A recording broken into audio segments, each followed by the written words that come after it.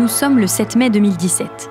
Il est un peu plus de 23 heures et dans la cour Napoléon du Louvre, l'Ode à la joie de Beethoven résonne. Au loin, on entend la foule crier et applaudir. Pendant plus de 3 minutes, Emmanuel Macron avance seul. Le regard solennel, il longe longuement les fontaines et les immenses allées du palais pour rejoindre l'estrade. Et l'image est impressionnante. Il s'installe derrière un pupitre bleu-blanc-rouge avec, en arrière-plan, l'immense pyramide du Louvre. La musique s'interrompt, puis il salue ces centaines de supporters qui l'attendent depuis l'annonce des résultats il y a 3 heures.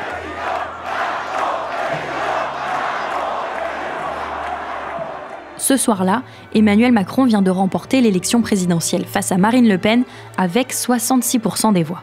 Je sais nos désaccords, je les respecterai, mais je serai fidèle à cet engagement pris. Je protégerai la République.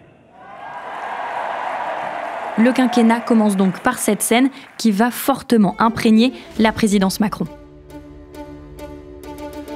Je ne céderai rien, ni aux fainéants, ni aux cyniques, ni aux extrêmes. On met un pognon de dingue dans des minima sociaux. Notre pays ne se réforme pas. Je traverse la rue, je vous en trouve, ils veulent simplement des gens qui sont prêts à travailler. Parce que c'est notre projet! Nous sommes en guerre. Essayez la dictature et vous verrez. Ce vote m'oblige. Les gens qui réussissent et les gens qui ne sont rien. J'ai décidé de vous redonner le choix de notre avenir parlementaire par le vote. Date de naissance 2017, mais si le macronisme avait déjà une date de disparition, 2024. Depuis ses premiers pas, laissant espérer un changement démocratique, le mouvement politique a bien changé jusqu'à la dissolution de l'Assemblée en juillet dernier. À travers 4 grands moments fondateurs, on vous raconte l'histoire du macronisme et peut-être sa fin. Acte 1, au commencement, le Louvre et Jupiter. Le macronisme n'a pas commencé le 7 mai 2017. Il s'est construit progressivement durant les mois de campagne, une tendance politique créée par Emmanuel Macron. Et pour comprendre comment il en est arrivé là, un petit point sur son parcours est nécessaire. Alors, pour ce récit, j'ai demandé à Laureline Dupont et Éric Mandonnet, qui suivent le président depuis plusieurs années pour l'Express, de nous accompagner. Emmanuel Macron est né en 1977 à Amiens, dans la Somme. Il fait ses études à Paris, une licence de philosophie, Sciences Po, puis l'ENA. Et dès ces années-là, la politique occupe une grande place. Quand on parle d'Emmanuel Macron, on ne peut pas passer outre l'épisode de son engagement auprès de Paul Ricoeur et de la revue Esprit.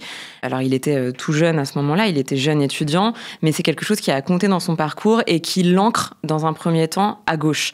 Il faut aussi rappeler qu'Emmanuel Macron a une grand-mère qui a énormément compté pour lui, Manette, qui était enseignante. Et tout ça fait qu'il baigne quand même dans cette idéologie de gauche, et avec Ricoeur dans une idéologie, très sociale. Donc son engagement auprès de Paul Ricoeur va ensuite conduire à un engagement, cette fois-ci franchement politique, puisque là il s'agissait plus d'un engagement, idéologique, philosophique presque. Et cet engagement politique démarre donc au Parti socialiste, puisqu'il milite dans sa jeunesse au Parti socialiste. Le jeune Emmanuel Macron devient inspecteur des finances dans l'administration publique avant de rejoindre la banque Rothschild. Après la victoire de François Hollande à l'élection présidentielle de 2012, il entre discrètement en politique quand il est nommé secrétaire général adjoint de l'Élysée. Mais les Français découvrent son visage en août 2014. Ce visage, entreaperçu à l'Élysée, est inconnu du grand public. Emmanuel Macron, ancien conseiller économique du président, entre à Bercy. Lorsqu'il arrive au gouvernement, Emmanuel Macron prend aussitôt la lumière. En ça, sa nomination à Bercy est un événement. Le quinquennat va déjà assez mal, les remaniements successifs ont été autant de flops. Son arrivée est un coup médiatique. L'Express, au lendemain de sa nomination, titre sur la bombe Macron. Il y aura dans ce quinquennat un avant et un après. Emmanuel Macron va très vite s'illustrer à travers quelques dossiers emblématiques. On se souvient des bus post-Macron, une forme de libéralisation de l'économie, et il va y avoir tout ce psychodrame autour de la loi dite Macron, qui est un élément important de l'ascension d'Emmanuel Macron, élément important parce que pour la première fois, lui qui a toujours un peu vu de haut les parlementaires, va devoir travailler avec eux, va construire une espèce de compromis au sein de la majorité de l'époque, mais un compromis qui se révélera insuffisant puisqu'au dernier moment, il va y avoir l'utilisation du 49-3 et Emmanuel Macron en sera blessé. Il aura beaucoup travaillé pour construire une majorité et Manuel Valls, le Premier ministre de l'époque, lui vole la victoire à la dernière minute. Manuel Valls et évidemment François Hollande. Toujours en poste, Emmanuel Macron lance en 2016 son mouvement En Marche.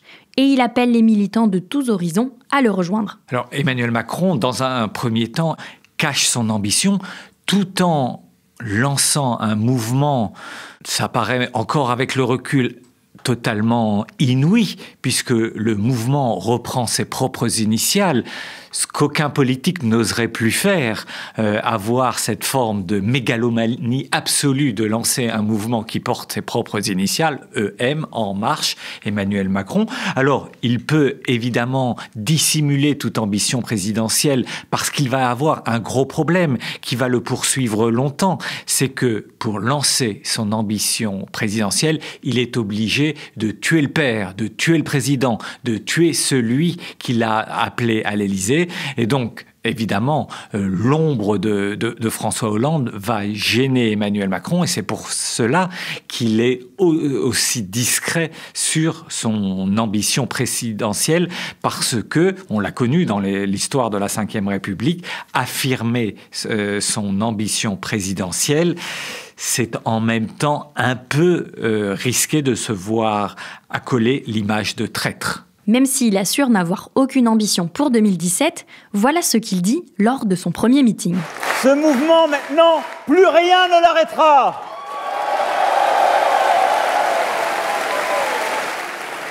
Ce mouvement, parce que c'est le mouvement de l'espoir et que notre pays en a besoin, ce mouvement, nous le porterons ensemble jusqu'en 2017 et jusqu'à la victoire. Un mois plus tard, le 30 août 2016, il présente sa démission du gouvernement avant de devenir officiellement candidat à la présidentielle à l'automne. Ce combat que nous devons livrer pour faire réussir notre pays, il commencera en mai 2017. C'est pourquoi je suis candidat à la présidence de la République. Quand Emmanuel Macron lance sa campagne en 2017, on lui reproche d'abord beaucoup de ne pas avoir de programme. Et ce qui est vrai, c'est qu'on entend davantage des espèces de slogans. Donc il en a un notamment qui est très fort et qui est très utilisé, c'est l'audace réformatrice. Il y a aussi toute la thématique de l'émancipation par le travail. Il a cette conviction, Emmanuel Macron, que je synthétise en disant ça et je caricature un peu volontairement, mais en gros, il suffit de faire des efforts, il suffit de travailler pour s'en sortir. Ce qui est à la fois vecteur d'espoir, je dirais, pour toute une partie de la population, de la jeunesse, mais en même temps aussi considéré parfois comme un discours un peu facile et un peu culpabilisant par ses détracteurs qui considèrent que le goût de l'effort ne suffit pas pour s'en sortir. Mais donc voilà, il y a tous ces discours sur aussi la question de l'ubérisation de l'économie. Et c'est un peu ça, l'ubérisation de l'économie, quand il en parle en 2017. C'est encore une fois l'idée qu'on est son propre entrepreneur et qu'on peut créer son propre travail, sa propre boîte, sa propre richesse. Donc il y a cette idée-là, évidemment. Il y a aussi une autre idée qui est forte chez lui en 2017 et qu'on va voir disparaître au fil du premier quinquennat et ne plus exister du tout, je dirais, lors du second quinquennat. C'est quand même aussi l'idée d'une France multiculturelle, du multiculturalisme comme richesse. C'est un terme qu'il emploie en 2017, qu'il n'emploiera plus par la suite, parce qu'il dit en temps privé qu'au fil de son mandat, il comprend que les choses sont finalement plus compliquées que ça. Mais donc, il y a cette idée aussi, il ne rechigne pas, en 2017, à parler aux communautés. Et ensuite, au fil du mandat, c'est l'universalisme qui prendra plus le pas sur le communautarisme, entre guillemets, dans son idéologie. Et puis, il y a évidemment l'idée qu'il n'est ni de droite ni de gauche, qu'il faut en finir avec les clivages partisans.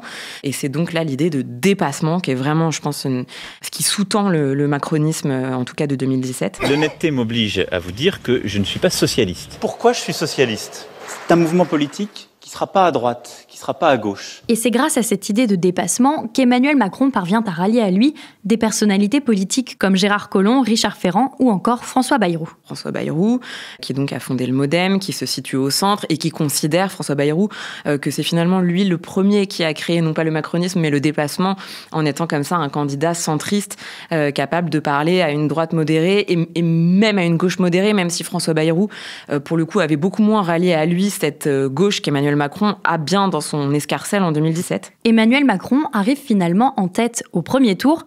Il se retrouve alors face à Marine Le Pen dans un débat très marquant. Ça n'est pas eux que vous visiez quand vous disiez... J'en ai dans ma région. Je vous dis juste une chose. Regardez, ils sont là. Ils sont dans les campagnes, dans les villes. Je parlais de votre parti. Ils sont sur les réseaux sociaux. Ce débat est évidemment un moment marquant. Je dirais qu'il l'est presque davantage pour Marine Le Pen, qui va perdre beaucoup, que pour Emmanuel Macron. Mais Emmanuel Macron va avoir l'intelligence de se contrôler, lui, dont la maîtrise des dossiers ne fait aucun doute. Lui qui sait jongler avec les chiffres, avec les données économiques de manière très facile, va réussir à ne pas tomber justement dans la facilité de celui qui traiterait trop par le mépris Marine Le Pen. Et donc, il va réussir à rester dans une forme de quant à soi qui lui assure une victoire qui est d'abord, évidemment, la défaite de Marine Le Pen qui s'effondre quelque peu au cours de ce fameux débat. Emmanuel Macron l'emporte donc. À 39 ans, il est élu président de la République. Nicolas Sarkozy qui est décidément partout. Une expression est en train de naître, on parle d'hyper-président. Il avait promis un quinquennat différent, à l'opposé de son prédécesseur. François Hollande rêvait même d'être un président normal. Plus jeune président de la Ve République, son image de cadre dynamique de la Start-up Nation contraste avec celle de son prédécesseur François Hollande. Et avant même le début de son mandat, Emmanuel Macron assure que lui sera un président jupitérien. Alors Emmanuel Macron joue là évidemment du contraste avec François Hollande. François Hollande a, à son corps défendant, nui à la fonction présidentielle en parlant de la normalité du président et en voulant sortir la fonction présidentielle de cette aura que lui donne la Ve République et cette monarchie républicaine qui a fait un peu la légende justement de cette Ve République. Et François Hollande va essayer de normaliser la fonction, le président et la fonction, et il va, lui qui a une grande intelligence de la situation politique, François Hollande, il va passer à côté de cette adaptation de la fonction présidentielle. Et Emmanuel Macron, lui, va revenir immédiatement à un registre beaucoup plus classique, la figure du roi, il en parle dès la campagne, et ensuite le président tout-puissant. C'est de là, évidemment, que va venir cette idée de président jupitérien. Il va se référer beaucoup plus à De Gaulle, à Mitterrand qu'à ses prédécesseurs, parce que Nicolas Sarkozy avait aussi, de manière très différente de François Hollande, il avait aussi banalisé la fonction présidentielle en la pipolisant. Et là, donc, Emmanuel Macron, parce qu'il a l'âge qui est le sien à l'époque et qu'il a besoin donc d'affirmer son autorité, va jusqu'à la caricature, si je puis dire, affirmer la verticalité de la fonction présidentielle. C'est le premier jour, le soir, au Louvre, dans cette mise en scène, une mise en scène très auto-centrée. Et donc Emmanuel Macron va jouer de la verticalité du pouvoir, qui est un moyen de faire oublier son âge. Cette image, elle séduit même au-delà des frontières de la France. Emmanuel Macron fait figure d'exception dans un Occident encore secoué par le Brexit et l'élection de Donald Trump l'année précédente. Les comparaisons pleuvent, le Barack Obama français, le JFK de l'Élysée, le Justin Trudeau à la française. Un peu partout, on salue son élection. Il y a vraiment chez Emmanuel Macron l'idée de redonner à la France sa place en Europe et dans le monde. Après la présidence Hollande, qui en tout cas c'est ce qu'il considère, a abaisser, je dirais, l'estime que peuvent avoir les dirigeants étrangers envers notre pays.